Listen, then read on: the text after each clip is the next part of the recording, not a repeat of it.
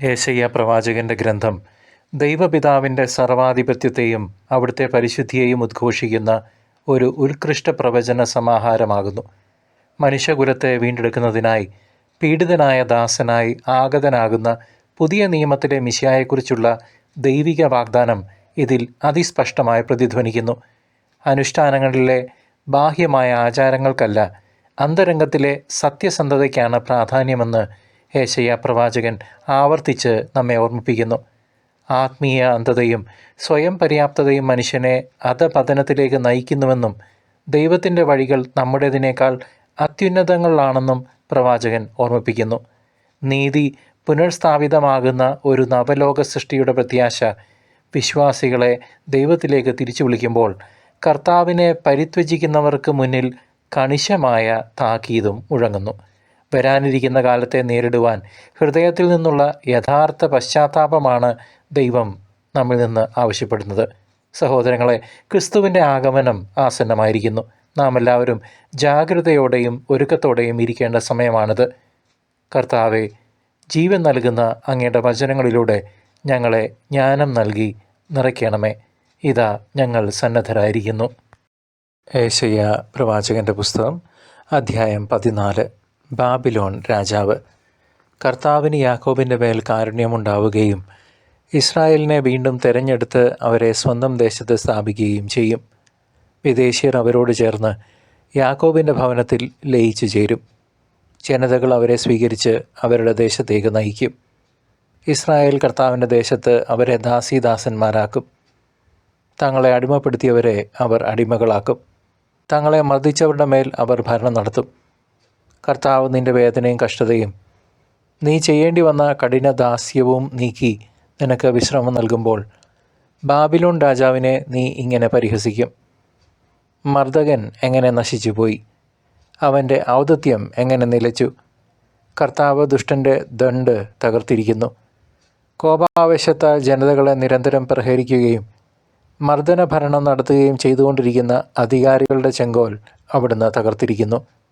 ഭൂമി മുഴുവൻ ശാന്തമായി വിശ്രമിക്കുന്നു. അവർ ഗാനം ആലപിച്ച് ഉല്ലസിക്കുന്നു. സരള മരങ്ങളും ലെബനോനിലെ ദേവദാരുകളും നിന്നെക്കുറിച്ച് സന്തോഷിച്ച് പറയുന്നു: നീ വീണുപോയതുകൊണ്ട് ആരും ഞങ്ങളെ വെട്ടിവീഴ്ത്താൻ വരുന്നില്ല. നീ ചെല്ലുമ്പോൾ സ്വീകരിക്കാൻ താഴെ പാതാളം ഇളകി മറിയുന്നു. നിന്നെ സ്വാഗതം ചെയ്യാൻ അത് ഭൂമിയിൽ അധിപന്മാരായിരുന്നവരുടെ പ്രേതങ്ങളെ ഉണർത്തുന്നു. ജനതകളുടെ രാജാക്കന്മാരായിരുന്നവരെ അത് സിംഹാസനങ്ങളിൽ നിന്ന് എഴുന്നേൽപ്പിക്കുന്നു. അവർ നിന്നോട്: നീയും ഞങ്ങളെപ്പോലെ ബലഹീനനായി നീയും ഞങ്ങൾക്ക് തുല്യനായിരിക്കുന്നു എന്ന് പറയും. നിന്റെ പ്രതാപവും വാദ്യഘോഷവും പാതാളത്തിലേക്ക് താഴ്ത്തപ്പെട്ടിരിക്കുന്നു. കീടങ്ങളാണ് നിന്റെ കിടക്ക, പുഴുക്കളാണ് നിന്റെ പുതപ്പ്. ഉഷസ്സിൻ്റെ പുത്രനായ പ്രഭാത നക്ഷത്രമേ, നീ എങ്ങനെ ആകാശത്ത് നിന്ന് വീണു. ജനതകളെ കീഴടക്കിയിരിക്കുന്ന നിന്നെ എങ്ങനെ തറയിൽ വെട്ടിവീഴ്ത്തി. നീ തന്നെത്താൻ പറഞ്ഞു: ഞാൻ സ്വർഗത്തിലേക്ക് കയറും, ഉന്നതത്തിൽ ദൈവത്തിൻ്റെ നക്ഷത്രങ്ങൾക്കുപരി എൻ്റെ സിംഹാസനം ഞാൻ സ്ഥാപിക്കും. ഉത്തരദിക്കിൻ്റെ അതിർത്തിയിലെ സമാഗമ പർവ്വതത്തിൻ്റെ മുകളിൽ ഞാനിരിക്കും. ഉന്നതമായ മേഘങ്ങൾക്ക് മീതെ ഞാൻ കയറും. ഞാൻ അത്യുന്നതനെ പോലെയാകും. എന്നാൽ നീ പാതാളത്തിൻ്റെ അഗാധഗർത്തത്തിലേക്ക് തള്ളിയിടപ്പെട്ടിരിക്കുന്നു. നിന്നെ കാണുന്നവർ തുറിച്ചു നോക്കി ചിന്തിക്കും: ഭൂമിയെ വിറപ്പിക്കുകയും രാജ്യങ്ങളെ ഇളക്കുകയും ലോകത്തെ മരുഭൂമിയാക്കുകയും അതിൻ്റെ നഗരങ്ങളെ കീഴടക്കുകയും തടവുകാരെ വീട്ടിലേക്ക് വിടാതിരിക്കുകയും ചെയ്തത് ഇവൻ തന്നെയല്ലേ? ജനതകളുടെ രാജാക്കന്മാർ താന്താങ്ങളുടെ ശവകുടീരങ്ങളിൽ മഹത്വത്തോടെ നിദ്രകൊള്ളുന്നു. നീയാകട്ടെ ശവകുടീരത്തിൽ നിന്ന് പുറത്തെറിയപ്പെട്ടിരിക്കുന്നു. വാളിനിരയായി പാതാളഗർത്തത്തിലെ കല്ലുകൾക്കിടയിലേക്ക് ഇറങ്ങിച്ചെന്നവരാൽ ചുറ്റപ്പെട്ട് നിന്ദ്യമായ അകാല മുളയെന്ന പോലെ, ചവിട്ടി അരയ്ക്കപ്പെട്ട മൃതശരീരമെന്ന പോലെ നീ കിടക്കുന്നു. സ്വന്തം ദേശം നശിപ്പിക്കുകയും സ്വന്തം ജനങ്ങളെ കൊന്നൊടുക്കുകയും ചെയ്ത നീ അവരോടുകൂടെ സംസ്കരിക്കപ്പെടുകയില്ല. തിന്മ പ്രവർത്തിക്കുന്നവരുടെ പിൻഗാമികളുടെ പേര് നിലനിൽക്കാതിരിക്കട്ടെ. പിതാക്കന്മാരുടെ അകൃത്യം നിമിത്തം മക്കളും വധിക്കപ്പെടട്ടെ. അവരെഴുന്നേറ്റ് ഭൂമി കൈവശമാക്കുകയും ഭൂമുഖം നഗരങ്ങൾ കൊണ്ട് നിറയ്ക്കുകയും ചെയ്യാതിരിക്കേണ്ടതിന് തന്നെ. സൈന്യങ്ങളുടെ കർത്താവ് അരുളി ചെയ്യുന്നു: ഞാൻ അവർക്കെതിരായി എഴുന്നേറ്റ് ബാബിലോണിൽ നിന്ന് അവിടെ അവശേഷിക്കുന്നവരെയും അവരുടെ നാമത്തെയും അവരുടെ സന്താനങ്ങളെയും പിൻതലമുറകളെയും വിച്ഛേദിക്കും. ഞാൻ അതിനെ മുള്ളൻ പന്നിയുടെ ആസ്ഥാനവും നീർപ്പൊയ്കകളും ആക്കും. നാശത്തിൻ്റെ ചൂലുകൊണ്ട് ഞാൻ അതിനെ തൂത്തുകളയും. സൈന്യങ്ങളുടെ കർത്താവാണ് അരുളി ചെയ്തിരിക്കുന്നത്. അസീറിയായ്ക്കെതിരെ സൈന്യങ്ങളുടെ കർത്താവ് ശപഥം ചെയ്തിരിക്കുന്നു. ഞാൻ തീരുമാനിച്ചതുപോലെ സംഭവിക്കും. ഞാൻ നിശ്ചയിച്ചത് നിറവേറും. എൻ്റെ ദേശത്തുള്ള അസീറിയക്കാരനെ ഞാൻ തകർക്കും. എൻ്റെ പർവ്വതത്തിൽ ഞാൻ അവനെ ചവിട്ടി മെതിക്കും. അവൻ്റെ നുകം അവരിൽ നിന്നും നീങ്ങിപ്പോകും. അവരുടെ തോളിൽ നിന്ന് അവൻ്റെ ഭാരവും. ഭൂമി മുഴുവനെയും സംബന്ധിക്കുന്ന നിശ്ചയമാണിത്. എല്ലാ ജനതകളുടെയും മേൽ നീട്ടപ്പെട്ടിരിക്കുന്ന കരം ഇതാണ്. എന്തെന്നാൽ സൈന്യങ്ങളുടെ കർത്താവാണ് ഇത് നിശ്ചയിച്ചത്. ആർക്ക് അതിനെ ദുർബലമാക്കാൻ കഴിയും? അവിടുന്ന് കരം നീട്ടിയിരിക്കുന്നു. ആർക്കതിനെ പിന്തിരിപ്പിക്കാൻ കഴിയും? ഫിലിസ്തീർക്കെതിരെ ആഹാസ് രാജാവ് മരിച്ച വർഷമുണ്ടായ അരുളപ്പാട്. ഫിലിസ്തീരെ, നിങ്ങളെ പ്രഹരിച്ച വടി തകർക്കപ്പെട്ടതുകൊണ്ട് സന്തോഷിക്കേണ്ട. സർപ്പത്തിൻ്റെ വേരിൽ നിന്ന് ഒരു അണലി പുറത്തു വരും. അതിൻ്റെ ഫലമാകട്ടെ പറക്കുന്ന സർപ്പമായിരിക്കും. ദരിദ്രരുടെ ആദ്യജാതർക്ക് ഭക്ഷണം ലഭിക്കും. പാവപ്പെട്ടവൻ സുരക്ഷിതനായി ഉറങ്ങും. എന്നാൽ നിന്റെ വേരിനെ ഞാൻ ക്ഷാമം കൊണ്ട് വധിക്കും. നിന്നിൽ അവശേഷിക്കുന്നവനെ ഞാൻ കൊല്ലും.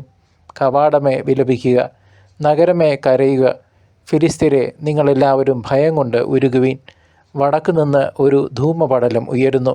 സൈന്യത്തിൽ നിന്ന് ആരും ഒഴിഞ്ഞു മാറുന്നില്ല. ജനതകളുടെ ദൂതന്മാർക്ക് കിട്ടുന്ന മറുപടി എന്തായിരിക്കും? കർത്താവ് സിയോനെ സ്ഥാപിച്ചിരിക്കുന്നു. അവിടുത്തെ ജനത്തിലെ പീഡിതർ അവളിൽ അഭയം കണ്ടെത്തും. ദൈവജനമേ, ഏശയ്യാ പ്രവാചകൻ്റെ പുസ്തകം 14-ാം അധ്യായം നമ്മളെ കൊണ്ടുപോകുന്നത് ഇസ്രായേൽ ജനത ബാബിലോണിയൻ അടിമത്തത്തിൽ വലഞ്ഞിരുന്ന ആ പഴയ കാലത്തേക്കാണ്. അന്ന് യഹൂദജനം അങ്ങേയറ്റം കഷ്ടപ്പാടിലും വേദനയിലുമായിരുന്നു എന്ന് നമുക്കറിയാമല്ലോ. ദൈവം തൻ്റെ ജനത്തെ ഒരിക്കലും കൈവിടില്ലെന്ന് ഓർമ്മിപ്പിക്കാനാണ് ഏശയ്യാ പ്രവാചകൻ ഇവിടെ ശ്രമിക്കുന്നത്. ഇസ്രായേലിനെ പീഡിപ്പിച്ച ശക്തികൾക്ക് നാശം സംഭവിക്കുമെന്ന വലിയൊരു സന്ദേശമാണ് ഈ അധ്യായം നൽകുന്നത്.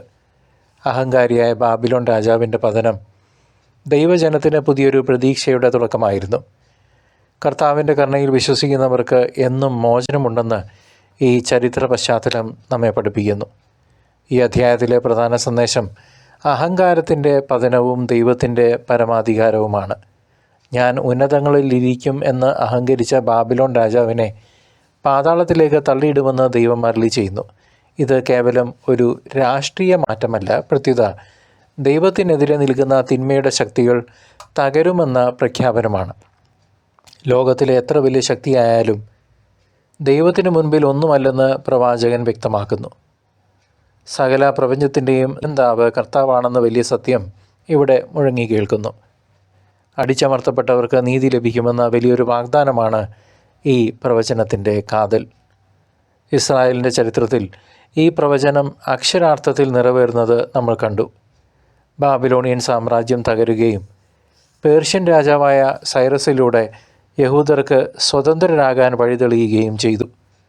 അസീറിയൻ ശക്തിയുടെ തകർച്ചയും ഈ പ്രവചനത്തിൻ്റെ ഭാഗമായി അന്നത്തെ ജനങ്ങൾ അനുഭവിച്ചറിഞ്ഞു.